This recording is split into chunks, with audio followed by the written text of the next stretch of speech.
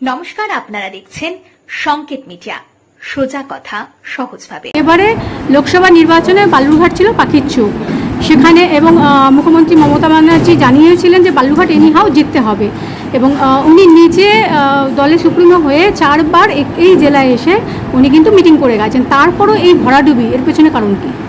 ভরাডুবি তো বলা যাবে না, সামান্য ভোটের ব্যবধান 10,000 সামথিং ভোটে জিত হয়েছে, কিন্তু ঘটনা হচ্ছে রেজাল্টকে আমাদের স্বীকার করতেই হবে যে সেখানটায় আমাদের হার হয়েছে। আমরা সবাইকে কনভিন্স করতে পারিনি, মানুষকে এটাই বলতে হবে। এবারে লক্ষ্মীর ভাণ্ডার 500 থেকে 1000, 1000 থেকে 1200, তারপর এই প্রায় বিভিন্ন জেলায় দেখা গেছে, বিভিন্ন লোকসভায় দেখা গেছে বেশ ভালো ফলাফল, এবং বালুরঘাট এবারে প্রায় তৃণমূল কংগ্রেসের দখলে আসবে এমনটাই ধারণা করা গেছিল। আপনি গঙ্গারামপুরের ভূমিপুত্র, গঙ্গারামপুরেও একটা বিশাল পরাজয় দেখা গেছে, এবং আপনার নিজস্ব 3টে বুথে, একটিতে বাদে 2টি বুথে তৃণমূল কংগ্রেসের পরাজয় দেখা গেছে। কি বলবেন এই বিষয়গুলো নিয়ে? কিছু বলার নেই, সারা পশ্চিমবাংলায় যেভাবে টাউনে আমাদের সব জায়গাতে হার হয়েছে, সেই রকমভাবে আমাদের এই জেলাতেও যে 3টা মিউনিসিপ্যালিটি আছে তাতেও একইভাবে হার হয়েছে। সারা পশ্চিমবাংলার এমন কোনো জায়গা নেই, ইভিন কলকাতা সেখানটাতেও আমরা দেখছি, কর্পোরেশন এলাকাতেও সেখানটাও আমাদের যেটা মিউনিসিপ্যাল টাউন সেই জায়গাগুলোতেও আমাদের হার হয়েছে, অনেক জায়গাতে, অনেক বুথে, অনেক ওয়ার্ডে এগুলো হয়েছে। হয়েছে কেন এখন দেখতে হবে। ভোটের প্রাক মুহূর্তে আপনি একটি মিটিংয়ে জানিয়েছিলেন যে বুথ সভাপতি তারা লিড দিতে পারবে না, বা যারা লিড দিতে পারবে না তাদেরকে দল থেকে পদ থেকে সরিয়ে দেওয়া হবে। সেক্ষেত্রে 3টি পৌরসভা লিড দিতে পারেনি এবং বিভিন্ন জায়গায় লিড দিতে পারেনি, তা পৌরসভা চেয়ারম্যানদেরকে সরিয়ে দেওয়া হচ্ছে। যে প্রধানের আন্ডারে যে এলাকাতে ভোট কম হবে তার পরের দিন সেখানকার প্রধানকে পদত্যাগ করে সরে যেতে হবে, যে পঞ্চায়েত সমিতিতে আমরা ভোট কম পাবো সেই পঞ্চায়েত সমিতির সভাপতিকে তার পরের দিন পদত্যাগ করতে হবে। যদি পদত্যাগ না করেন তাহলে সরকারি ক্ষমতা প্রয়োগ করে তাকে সরিয়ে দেওয়া হবে, পার্টি সিদ্ধান্ত নিয়েছে।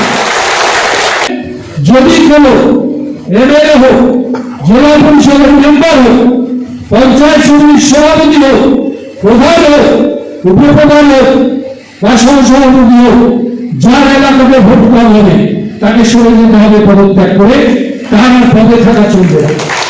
সারা পশ্চিমবাংলার সব চেয়ারম্যানদের সরিয়ে দিতে হবে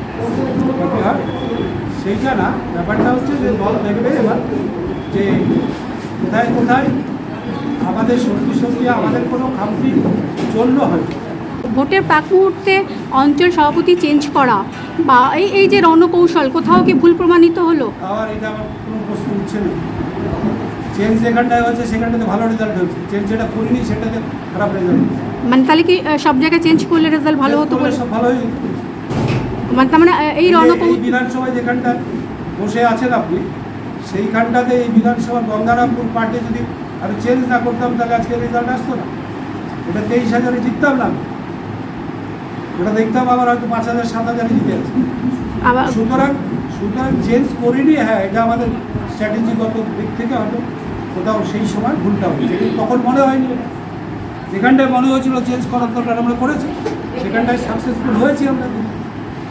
আগামী সময়ের জন্য কি এখান থেকে কিছু শিক্ষা নেওয়া হলো এই লোকসভা নির্বাচনের এই ফলাফল থেকে? আগামী সময়ের জন্য এই লোকসভার ফলাফল থেকে কি রণনীতি কৌশল নেওয়া হলো? ইলেকশনের রেজাল্ট যখন বেরোয় তার থেকে জিতলেও একটা শিক্ষা নেওয়ার থাকে, হারলেও একটা শিক্ষা নেওয়ার থাকে। এটা হচ্ছে শিক্ষণীয় ব্যাপার। গণতান্ত্রিক ব্যবস্থাতে পরীক্ষা নিরীক্ষা প্রতিনিয়ত চলতে থাকে, সেই জায়গাতেই আমাদের কিন্তু চলছে। আজকে বিজেপি এত শক্তি নিয়ে এর আগে ক্ষমতায় এসেছিল, আমরা এই ইলেকশনের আগে কি ভেবেছিলাম যে বিজেপির এই অবস্থা হবে, যে ওখানটায় অন্যের কাঁধে ভোট দিয়ে তাদের করতে হবে, এখানটায় গভর্নমেন্ট করতে হবে? তো সেই রকম ইলেকশনে এরকম হয়, কখনো আগানো কখনো পেছানো। Subscribe our channel. Press the bell icon.